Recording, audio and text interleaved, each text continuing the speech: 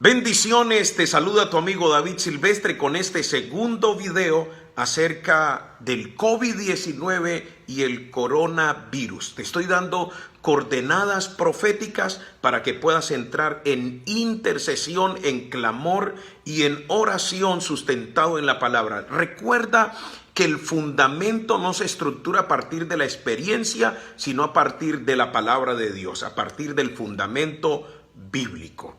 La ira de Dios es la que permite las pandemias, como la del virus COVID-19.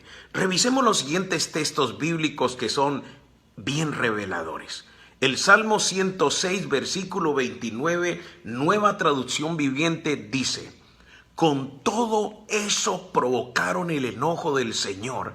Entonces se desató una plaga en medio de ellos. En Romanos capítulo 1, versículo 18, Nueva Versión Internacional, dice la Escritura: ciertamente la ira de Dios viene revelándose desde el cielo contra toda impiedad e injusticia de los seres humanos que con su maldad obstruyen la verdad. Para tener revelación acerca de la ira de Dios, acudamos un momento a la etimología, al estudio de las palabras en su contexto original e histórico. En el anterior texto, para referirse a la ira de Dios, es usada en el original griego la palabra oragó, que se traduce como un estallido que se da cuando Dios se indigna al violentarse descarada y deliberadamente sus leyes divinas que preservan la creación.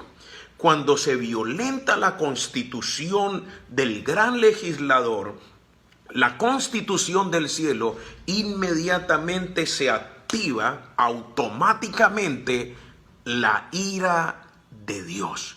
Cuando se supera y se abusa del límite de la misericordia, se libera la ira de Dios. Dios es lento para la ira, pero es grande en misericordia. Pero la misericordia de Dios tiene un límite a la luz de las Escrituras. Es como cuando hablamos de la ira de Dios, es como si Dios se colocara a un lado y permitiera el mal para mostrarnos lo que podría pasar en su ausencia. Vamos a estudiar unos elementos bien importantes y relevantes acerca de la ira de Dios. Lo primero, el propósito de la ira de Dios. ¿Cuál es el propósito de la ira de Dios? ¿Qué se esconde detrás de la ira de Dios? Número uno, se esconde la preservación ecológica de la creación. La ira de Dios preserva la creación. Tiene un propósito ecológico. Número dos, uno de los segundos propósitos de la ira de Dios es la restauración de todas las cosas. Cuando Dios ve que las cosas que Él creó se están apartando de su diseño original, inmediatamente se activa la ira de Dios para restaurar todas las cosas como al principio y como al comienzo. La ira de Dios tiene como propósito volver al cauce ese río que se salió, que se desbocó, que vuelva a alinearse, que vuelva a su cauce, que vuelva a esa línea que está establecida para él. Y número cuatro, el cuarto propósito de la ira de Dios es restaurar el diseño original. Otro punto que quiero que puedas tener en cuenta en este momento es que Dios permite la ira para traer quebrantamiento,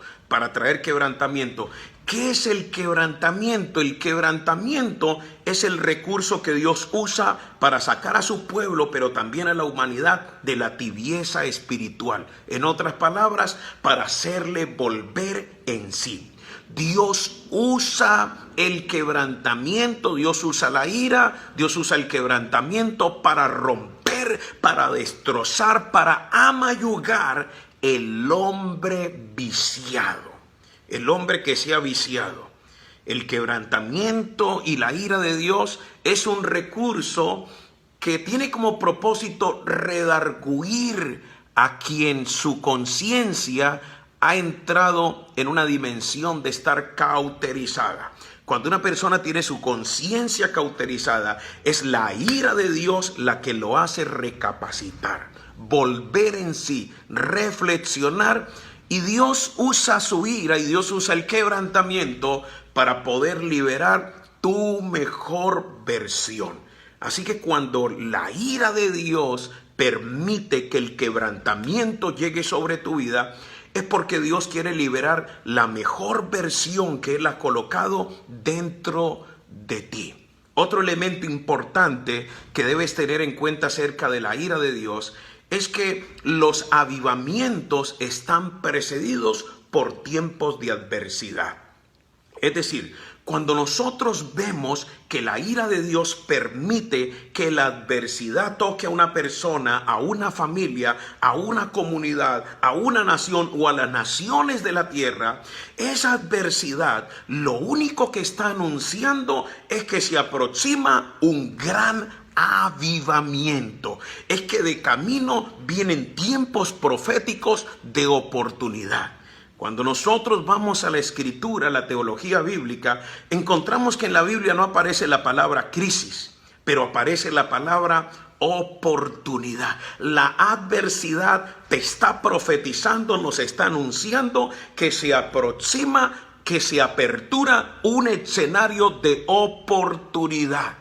La adversidad es el mayor escenario de la manifestación de la gloria de Dios. Cuando vamos a la Biblia encontramos que fue en el desierto que brotó agua de la peña, que fue en medio del desierto que Dios abrió el mar rojo, que fue en medio del desierto que Dios alimentó a su pueblo con maná, con trigo del cielo, pan de nobles, dice la escritura que les dio a comer.